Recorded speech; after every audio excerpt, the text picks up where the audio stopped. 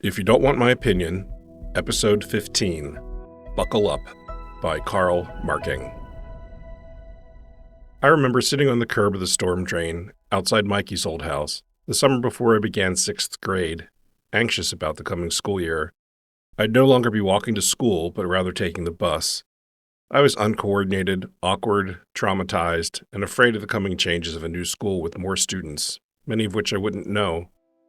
But the summer before my freshman year of high school, I was excited by many of the same things I once feared. I was looking forward to moving from a school with a total population of 600 students to one with over 1,400.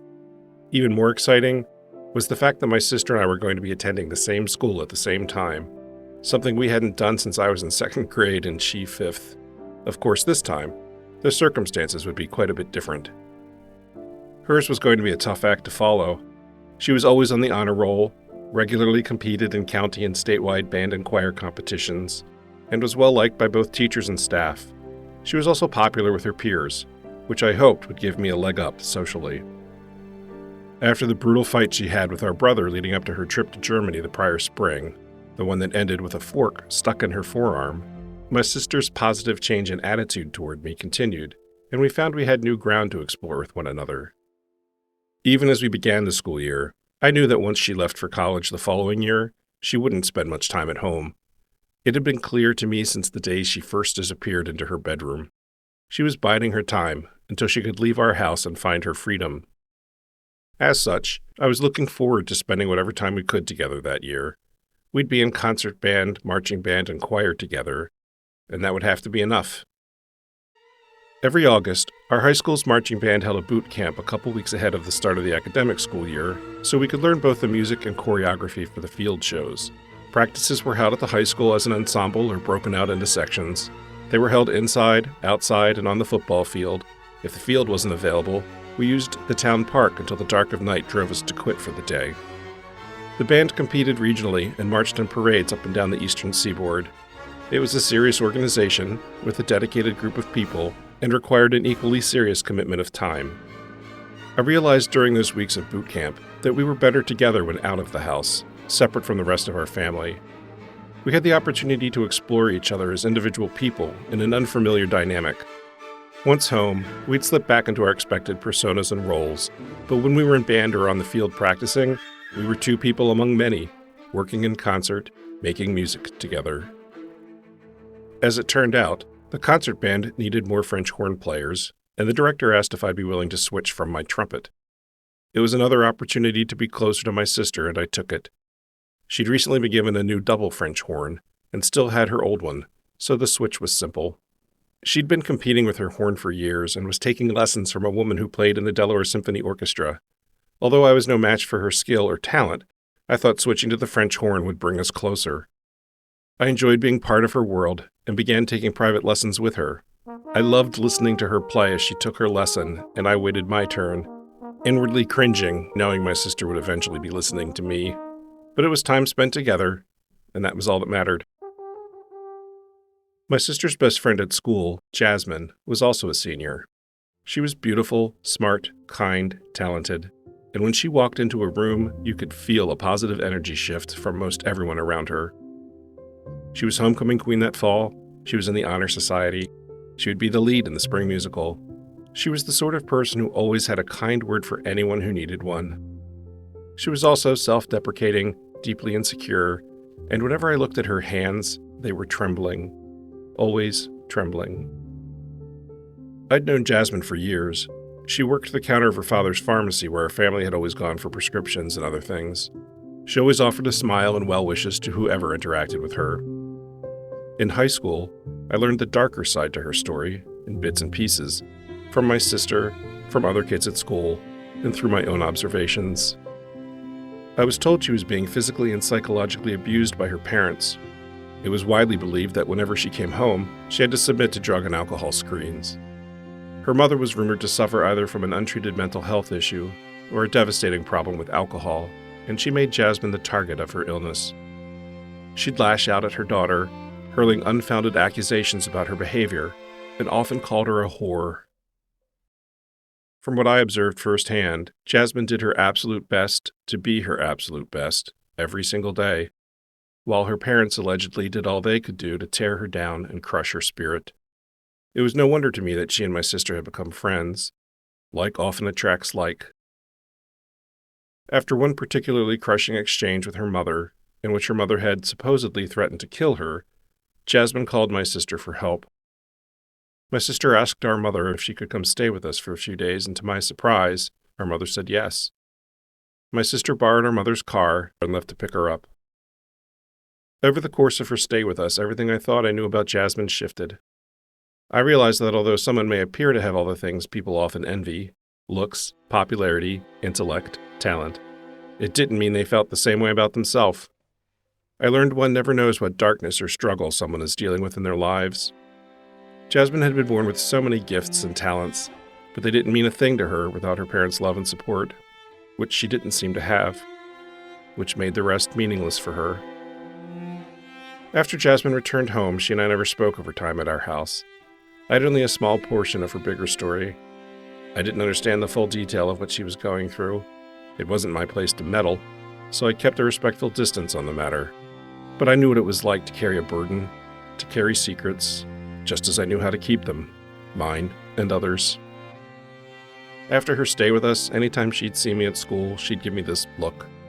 I could have been down the hall or across the choir room, and anytime our eyes met, she would look at me in such a way that silently said, "I see you." Only a teenager at the time, Jasmine personified grace and fortitude. Later that year, Ellie, another friend of my sister's, found herself in a similar situation at home. Like Jasmine, she and my sister had been friends throughout high school, and we were all in choir together. I knew nothing about Ellie's situation, and my sister wasn't forthcoming with details, other than she'd had a falling out with her parents and needed a place to stay. She arrived one day looking shell-shocked and could not stop crying. Given our parents' unspoken "no one in the house" rule, I asked my sister why she thought our mother let Jasmine and Ellie stay with us. Remember how the parents of Mom's best friend from high school had thrown her out their senior year, and she moved in with Mom, Grandpa, and Grandma? I think it's because of that. It was another rare gesture of empathy from our mother, but my sister's assessment made sense. The day Ellie was to return home, as she was collecting the last of her things, my sister was waiting for her in the car. Just before she reached the front door, I called out to her from the living room. "Wait!" She turned toward me. "I want you to have something," I said, and held up a white box. "What's this?" she asked. "Open it." "Oh, wow. Was this yours when you were a little kid?" she asked. It was the teddy bear my grandmother had given me the prior year. Yeah," I said, too embarrassed to tell her how recently I'd gotten it. "My grandmother gave it to me, but I want you to have it." "Are you sure? Don't you like it anymore?" "I love it. But, well, I think you need it more than I do." She took it, hugged me, and cried again, but in a happier way. That's the kind of person my sister was, fiercely loyal and willing to do whatever she could to help a friend in need. As our shared year of high school together unfolded, our relationship had the opportunity to restructure itself. We still had all the hurdles inherent to our age and developmental gap, but the opportunity to see each other differently was a gift for us, at least for me. That year allowed us to share two things we'd never had before: common goals, not rooted in our active trauma, and the freedom to form new ways to interact beyond the established patterns of our family dynamics. As the end of the school year approached, our mother began sleeping in the guest room where our father's mother had stayed. Our parents had fought quietly, loudly, and sometimes physically for the majority of my life. Our father had been cheating on her for years, and I imagine she must have had some idea of his behavior. Her move to the downstairs bedroom came not long after an altercation between them that ended with the heel of one of her shoes lodged in the bedroom door, which he'd closed just in time to avoid being hit. One day, she sat my sister and me down for a talk. "There's no easy way to say this," she said, fighting back tears, "but your father and I are getting divorced." We had no reaction. "I know it's upsetting," she said, misreading our silence as perhaps shock or disappointment, "but I thought it was time for you to know." My sister and I looked at each other, and in unison we said, "Thank God. It's about time." When our mother looked at us with surprise, we continued, "He's beaten all of us. He's so abusive. You cry all the time. The yelling. You're both miserable. We're all miserable." She processed our reactions for a moment, then went on to tell us he was going to convert the second floor into an apartment. For our separation, he'll live upstairs and we'll live down here. He'd seal the doorway off the dining room to the second floor staircase, convert the computer room at the top of the stairs into a kitchen, and there was already an outside door at the bottom of the staircase, which would become the entrance to his part of the house. This news did not go over as well with my sister and me. Our mother explained that in Maryland, if you had any children under 18, you had to be separated for a year before you would be granted a divorce. My sister, who had turned 18 a few months earlier, shot me a look which I interpreted to mean, "So this is your fault." I ignored her. Their plan would satisfy the state's requirement for a separation and allow them to run out the clock on their marriage in the cheapest possible way. "He's going to be living upstairs the whole time?" I asked. "Yes," she said and started to cry.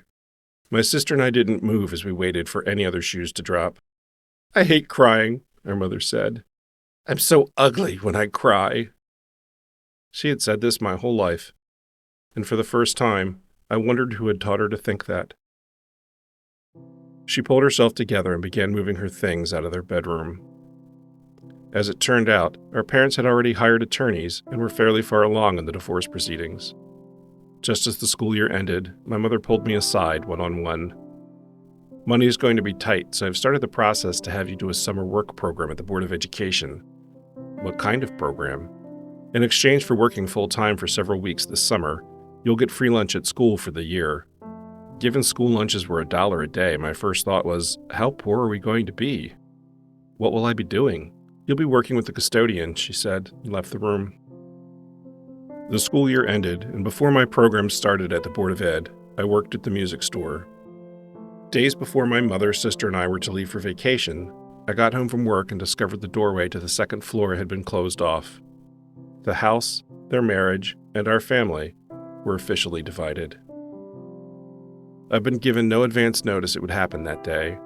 No one explained how or even if we were allowed to go upstairs any longer. My father never said a word to me about the divorce. I hadn't had a single interaction with him since 8th grade, the year he gave me a penny as my 14th birthday present.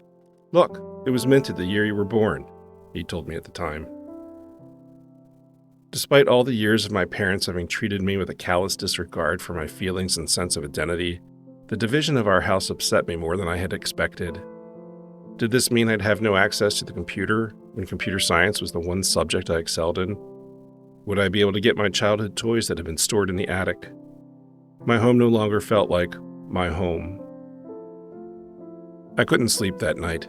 My head was full of questions. Had Mom asked for the divorce because she wondered on some level if he had been sexually abusing me? Was she leaving him to protect me? Was he leaving her because he was worried that I was gay? Was she leaving him because she was done putting up with his marital indiscretions? I had no answers. Our mother certainly wasn't offering any insight. And underneath it all, I was sure it was my fault, given my mother had called me upstairs to ask if I was a faggot the year before. I didn't understand, given the dysfunctional, abusive relationship I had with my father, why I still craved his love and attention. When we left for our grandmother's house, we flew rather than drove. Grandpa had died the year before, and this visit was more business than pleasure. The main goal was for our mother and aunt to continue sorting through his things. He had so much artwork, and artifacts from all over the world. Each needed to be dispositioned, and they had an entire attic to sort out as well. They believed the house was too big for their mother to maintain and live in alone, but she wasn't ready to leave. She'd spent her lifetime with her husband in that house, raised a family, buried a child. He had designed their home, had it built, and it was a showcase of their lives and his work as an artist. I imagined the thought of selling their home to strangers, knowing the next owner would most likely paint over his murals and erase the traces of their life together, must have been unbearable for her.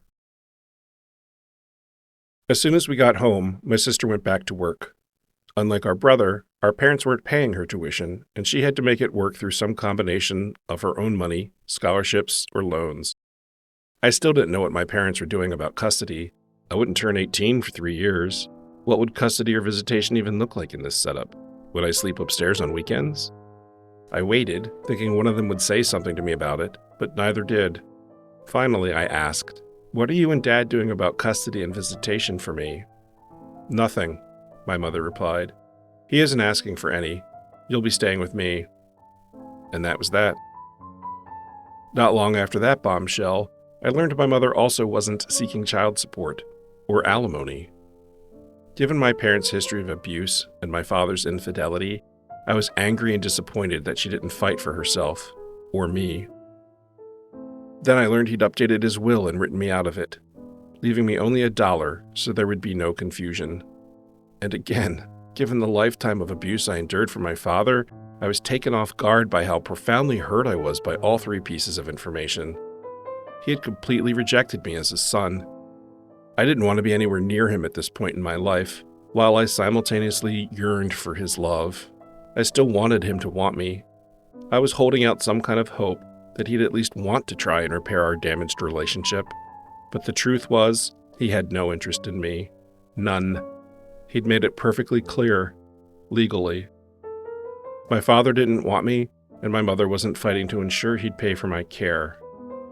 These 2 things together reinforced a message I'd received from them my whole life. I had no value, and I was unlovable. My sister spent the rest of the summer working at her job and getting ready to leave for college the coming fall. Our brother wasn't around much, and when he was, he hung out almost exclusively with our father. It was a surreal situation. Our brother and his friends would hang out upstairs with our father, drinking and laughing, while we couldn't help but hear them through the living room ceiling. When it came time for me to start working at the Board of Education as the custodian's assistant, I didn't think much of it. In fact, it was a welcome change and distraction. My mom would drop me off on her way to work and pick me up on her way home. I've always been one to take what I can from whatever situation I find myself in, and I learned a great deal that summer. Things like how to clear a clogged toilet, how to reglaze windows, how to use a riding mower and string trimmer, and how to wax floors with an industrial-grade floor polisher, all while wearing my Radio Shack AM/FM headphones that I'd bought with the money I'd earned working at the music store. My favorite task that summer was helping inventory the county's textbooks. It was how I learned I enjoyed, and had a talent for, bringing order to chaos. I worked alongside a woman in her mid-20s who was a self-professed nudist. I didn't know there was such a thing. She'd tell me about the various activities she and her boyfriend enjoyed within the nudist community as we conducted our inventory. There was nothing sexual about any of it. She was simply being herself and sharing that part of her life with me. Meeting her and listening to her stories, which were mostly centered around bug bites and sunburns on sensitive areas, made the summer fly by. This was the year I learned people would tell me practically anything about themselves upon first meeting me. It's been this way for me ever since. By the end of the summer, our father's girlfriend, who was 6 years older than him, would occasionally sleep over in his new upstairs apartment. My mother would comment about her as she'd scurry by the kitchen window on her way to his door. "She looks like his mother," she said more than once, and "at least she has the decency to be uncomfortable." My sister and I hadn't met the woman, not that we wanted to, but she was suddenly a part of our lives. We'd see her coming and going, and had to listen to them living their new life together through our ceiling. Given my bedroom was under my father's, I occasionally had to listen to them having sex. I would lie in my bed beneath them, filled with fear, sorrow, and rage. My sister had been set in her ways from an early age. Things were either right or wrong, black or white. She'd cut the cord to our father after he attacked her in her bedroom, and it seemed to me as if she was less impacted by their divorce than me. We all seemed to do what we could to spend as much time out of the house as possible. When home, my sister continued to live in her room. I'd begun doing the same and bought a stereo and headphones from the music store to block out as much of what was going on in the rest of the house as possible. I would fall asleep each night listening to music through my headphones. Fall arrived and my sister left for college. As I predicted, the distance between us immediately increased. She'd come home occasionally, but now she'd had a taste of freedom, and her focus seemed to be on her future and hers alone. There was also always tension between she and our mother that I didn't understand. Our parents never asked us, in loving or healthy ways, about what we were going through or feeling, and so we didn't learn to do that with one another. We observed, sometimes reported, but rarely asked questions of each other. That lack of interpersonal engagement was part of our family's dysfunction. I was conflicted by my sister's choice for distance. I thought I understood what drove it, But the wounded part of me felt abandoned, and I resented her for leaving me. She'd been the one person in my family who had most consistently been present for me, and she was gone. Our parents' separation arrangement was so bizarre to me. I seem to have blocked most of my memories from that year. My sister was away at school, and my mother's emotional state was erratic. That's pretty much all I remember. My mother would swing from bitter to hopeful, open to evasive, engaged to dismissive, angry to tearful, and leaned too heavily on my 15-year-old self to fill her emotional void. I was out of my depth dealing with her heartbreak on top of struggling with my sexual identity and poor grades. I did my best to adapt, but her shifting emotional sands were difficult to navigate. I remember only one fight between my parents during the year of their separation. It was after my 16th birthday, when my father had tricked me into meeting his new girlfriend under the guise of taking me out to celebrate. I had specifically told him I did not want to meet her, and when he violated my trust, yet again, I was done with him. He began banging on the kitchen door until my mother opened it. "You've turned my own children against me," he shouted in her face. "You did that all on your own," she said firmly, slamming the door and locking it against him. I was so proud of her. At the end of my sister's freshman year in college and my sophomore year in high school, our parents' year-long separation was over. Our father bought our mother out of the house, and 2 days later, his license to marry his girlfriend ran in the newspaper. By the end of the summer, before the start of the new school year, with no input from me, our mother rented the first floor of a 2-story house in one of the worst parts of town. My sister moved back to school to start her sophomore year, and my mother and I moved out of my childhood home and into a shithole apartment in the constant shadow of a bridge. The place reeked of cat piss and fuel oil.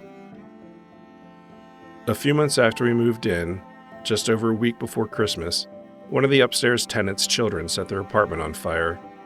Our apartment was subsequently uninhabitable due to the smoke and water damage.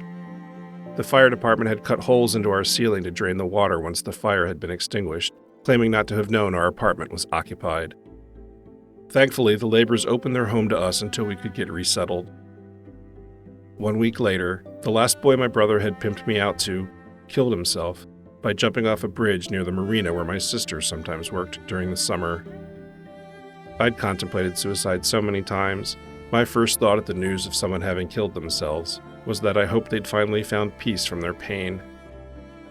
I had no emotional bandwidth at the time for anyone other than myself, and the news of his death had no impact on me. It was all I could do to keep my own life together. 10 days after his suicide, I had the closing shift at the supermarket where I was working at the time. We had all punched out and left at 9 o'clock. In the 10 minutes it took to get back to the labor's house, police scanners were broadcasting the news that there had been some kind of explosion and the supermarket was on fire. It was completely destroyed. And a dramatic end to a dramatic year. Between Mr. Labor's son from his first marriage, Mrs. Labor's 2 daughters from hers, the son they had together, another girl who lived with them and went to high school with me, and the addition of my mother, me, and my sister, who had just finished finals, it made for one hell of a full house that Christmas. My sister, who admired Mr. Labor more than any other man in her world, seemed to be in heaven. "You have to admit," she said one evening as we sat in front of a roaring fire in their family room, "it beats the hell out of that apartment." During my sister's winter break, despite the circumstances, we once again had a chance to connect. Then she was back to school and gone again. Not long after, the tension between Mrs. Labor and my mother became the elephant in the room. It was time for us to move on, and in relatively short order, my mother bought a split-level house in a neighborhood adjacent to the one I'd grown up in. We moved that February. As we settled into the new house, it seemed things had improved between my mother and sister. They worked together to redecorate a downstairs bedroom for her to use during school breaks, and we established new family routines, not only between my mother and me, but also between my mother, sister, and me when she was home from college. Our dynamics would flex as needed to include my brother when he showed up, usually at the holidays. Holiday meals became the main catalyst for family interactions. Each gathering filled with denial, avoidance, and retelling of various outlandish or abusive behaviors, mostly at the hand of our father. It was becoming clear to me that the man who had torn us all down, and ripped our family apart, now gone from our lives, was the thing binding us together. Running beneath the surface waters of our family dysfunction was the riptide of my sexual identity. I consciously fought against it and crafted the most heterosexual image of myself I could think of. I became the only one of my siblings to go to all the school's homecoming dances and proms. But then I'd also had a horribly awkward sexual experience with a friend of mine my freshman year, which left me feeling confused and ashamed. Running in parallel to my struggles, AIDS had become a global pandemic. The media made it relentlessly clear, if you were gay, you were going to die from AIDS. They framed it as a gay disease, the gay man's cancer. I had no one to talk to about it, and the more I struggled against the pull of my true sexual orientation, the further it carried me away from the life I knew, from the life I had imagined for myself. It was a stressful and lonely time for me. My mother, sister, and I took another road trip to our grandmother's house. We loaded up our mother's new Honda Civic, her first new car ever, and made the 18-hour drive to Milwaukee. Without the disruptive influence of our father and brother, we were once again relatively at ease with one another. We divided the driving and stayed in a hotel one night along the way. My sister began muttering loudly in her sleep, and as my mother and I woke up, she called out, "I'm just sitting in my feather-down castle." For years, whenever my mother asked what I was doing, I would say, "I'm just sitting in my feather-down castle." It always made us laugh. The trip was the last time I saw my grandparents' home. "You'd be kind of cute if you lost some weight," my sister said at the Labor's pool party the summer between my sophomore and junior years of high school. Her comment bugged the hell out of me as she was hardly slender herself. Our maternal grandmother, who was something of a plus-sized woman, would often remark to her, "Once on the lips, forever on the hips." I put on a great deal of weight after 8th grade and was painfully self-conscious about it. Once, in 9th grade, my sister had a friend over to watch TV in the upstairs family room and I hung out with them. I got up to leave the room, bent over to pick something up off the floor, unaware I had revealed my butt crack in the process, and my sister sang out, "Fall into the Gap," which was a popular jingle for the Gap clothing stores at the time. Looking back, it was empirically funny, but I felt hot shame across my face. When my junior prom pictures came back the spring following her comment at the pool, the evidence was clear. I needed to lose weight. I decided to join a local weight loss program called Diet Workshop. To my surprise, my sister and mother joined with me. I picked that particular diet group because it was managed by one of our mother's oldest friends, Patricia Anderson. Mrs. Anderson was my mother's age and they knew each other from our old neighborhood. She had brown hair and eyes, was a heavy smoker, had a sharp mind and a wit to match. She had 3 children, 2 daughters and a son.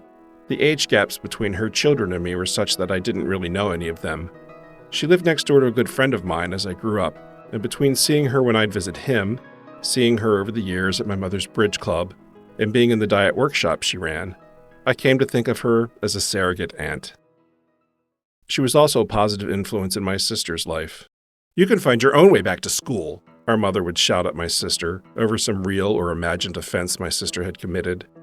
And Mrs. Anderson would make the hour-long drive and take her back to college. Given gossip was a core tenet of the Bridge Club, I imagined she had a better-than-most understanding of what our family life was like. I felt she had always kept a watchful eye on my sister and me. She had a rare talent for perfectly timed, discreet intervention. Dieting together was the first time the 3 of us had a shared common goal. Each week, for the remainder of the summer, we'd plan meals, attend weigh-ins, and support each other's progress.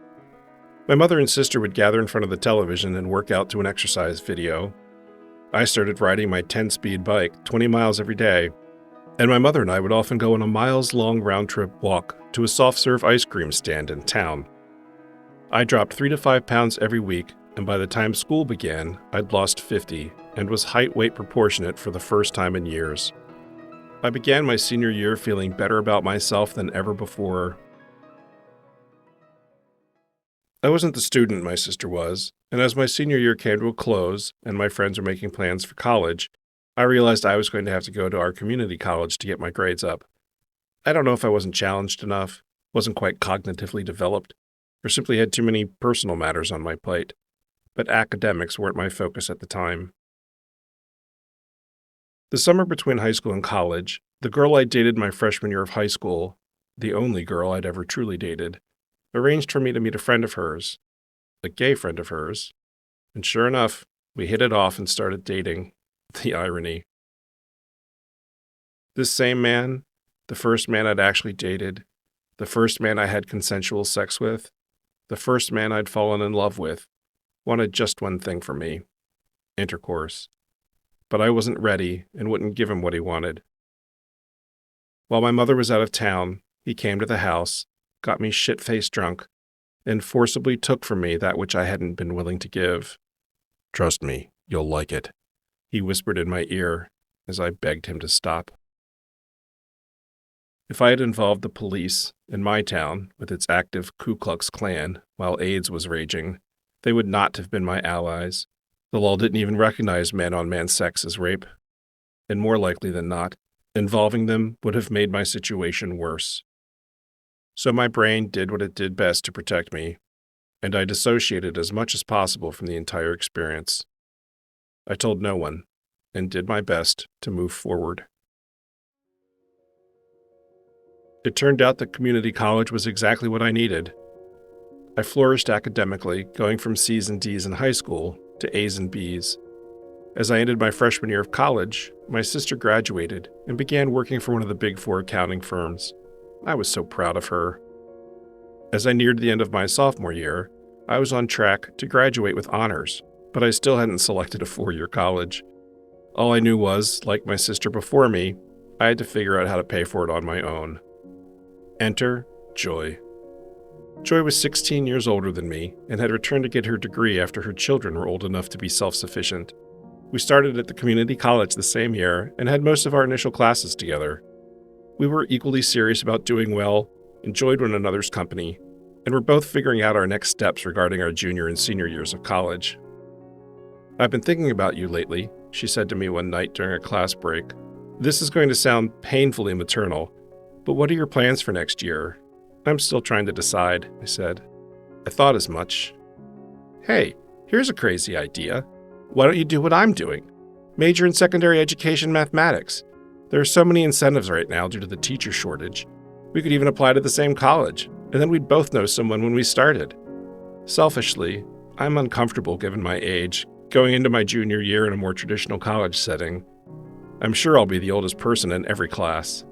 Not if you count the professor. Not helpful. "Where are you thinking of going?" I asked. "Well, that's the best part. The same place your sister went. It's perfect. You'd know the campus a bit. It's in-state, so the tuition won't kill you, and they're offering financial aid and incentives for people who declare secondary ed math." She had my attention. "There's also a full scholarship you can apply for. I am. We both have the grades and the coursework to qualify." "What is it?" "It's the Krista McAuliffe Memorial Scholarship. It's basically full tuition." I had been substitute teaching at my middle school to earn extra money, and I enjoyed it. I also now excelled in math and science. I deeply wanted to be a father, but felt children wouldn't be in my future as it wasn't legal for gay people to adopt. Teaching would ensure I'd have a life surrounded by children. I'd also watched the Challenger shuttle explode in real time one day on campus in high school. It was such a tragedy. Joy's suggestion had a certain symmetry. "I'll think about it," I said. "Don't think too long. The deadline for fall admission in the scholarship is in 2 weeks." The simple fact of the matter was I could not afford out-of-state tuition. Joy was right about there being a certain amount of comfort in going somewhere familiar, and my sister lived close to the college. As with my decision to take up the French horn, the idea of once again following in her footsteps appealed to me. I also knew a couple of people from high school who were enrolled there. I did some research and realized Joy's suggestion would be my best bet for getting accepted into a four-year college and being able to afford it without a ton of student loan debt. I decided to do it. I applied to the university and for the scholarship program, and was accepted by both. I remember visiting my sister only once after she'd left for college. Our mother had left me home alone to attend a work conference, and my sister invited me to hang out and meet some of her friends. She'd never before invited me into her world as a young adult. I took her invitation, or test, seriously. I arrived at her apartment and her friends were very kind and welcoming. At one point, one of them decided it would be a good idea to jump the barrier to the adjacent golf course and explore the grounds. This was completely out of character for both my sister and me, but we joined in. The grounds had a pond or a pool, I don't remember which. We decided to take advantage of it. We had such a good time, and there was so much laughter, something my sister and I rarely had the chance to share together. After her friends left, as I was getting ready to leave, she said, "You know, you're actually kind of fun to hang out with. Thanks. It's been a long time since you've asked me to do anything with you." She was quiet but wore a sly smile. "You were always so embarrassing," she said.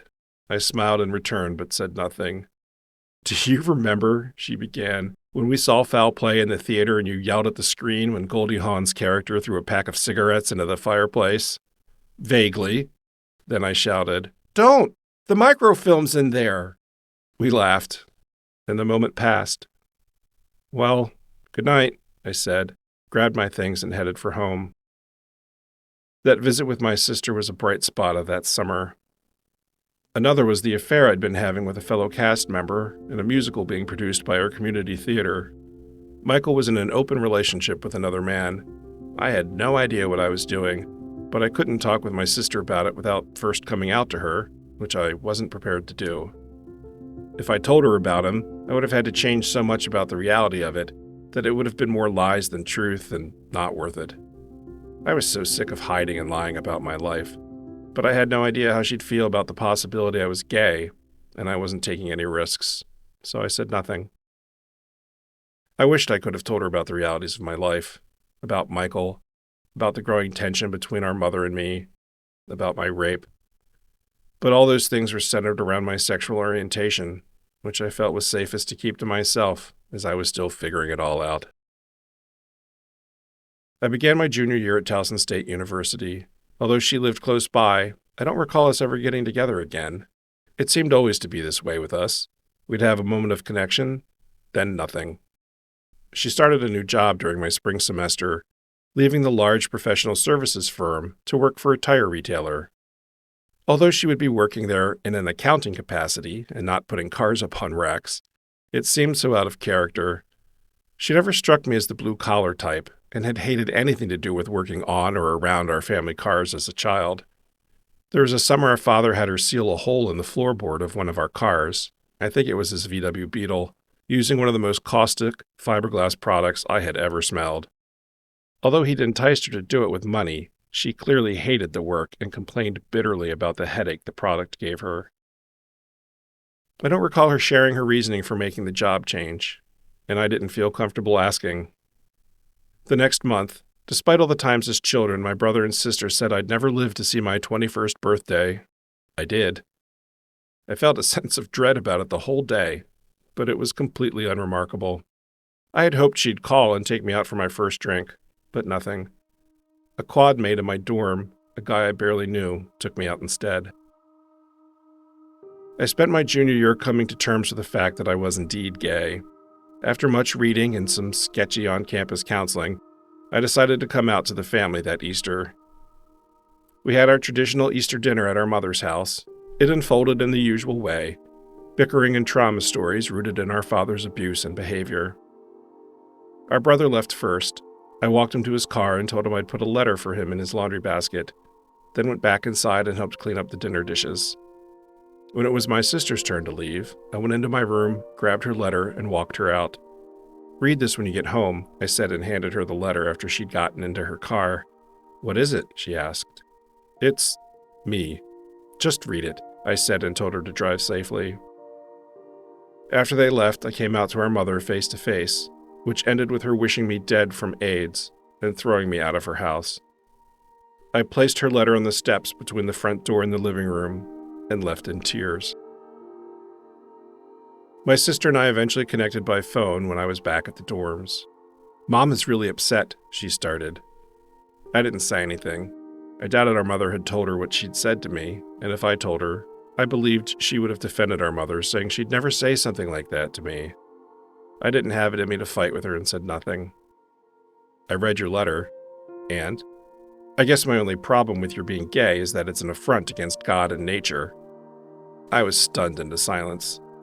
Under different circumstances, I would have laughed at the notion that she gave a rat's ass about what God may or may not have thought on the matter. My sister hadn't set foot in a church outside of Christmas for the singing, a wedding, or a funeral since she was a teenager. My shock turned into anger, and I hung up on her, threw the phone across the room, and broke into sobs. I felt completely betrayed. The one person who used to stand up for me, who used to protect me, had become just another gay-bashing detractor.